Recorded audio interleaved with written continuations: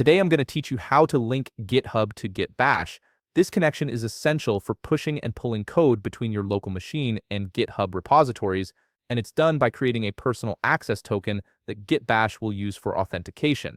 First, open your web browser and navigate to github.com. Once the page loads, go ahead and log in with your credentials. After logging in, you'll land on your GitHub homepage where you can see your repositories and activity feed. Now look towards the upper right corner of the screen where you'll see your profile picture or avatar icon. Click on it to reveal a drop-down menu with several options. From this menu, select Settings. This will take you to your account settings page where you can manage various aspects of your GitHub profile and configurations.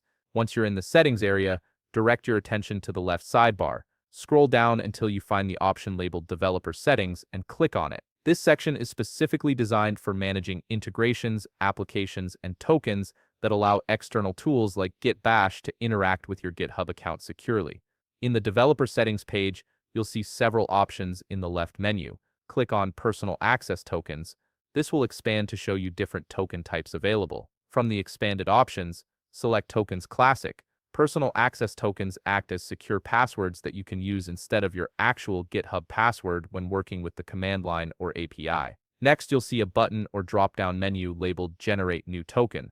Click on it, and from the options that appear, select Generate New Token Classic. GitHub might prompt you to re-enter your password at this point for security verification, so be prepared to confirm your identity. After that, you'll be taken to a form where you can configure your new token.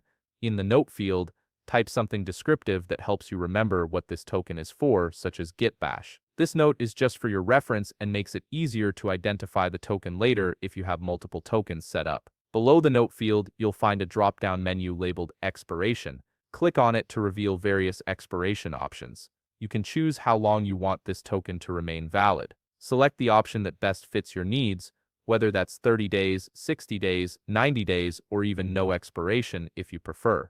After setting the expiration, scroll down through the page where you'll see various permission scopes. Make sure to select the appropriate scopes for what you need Git Bash to do, such as repo access for working with repositories. Finally, scroll to the bottom of the page and click Generate Token.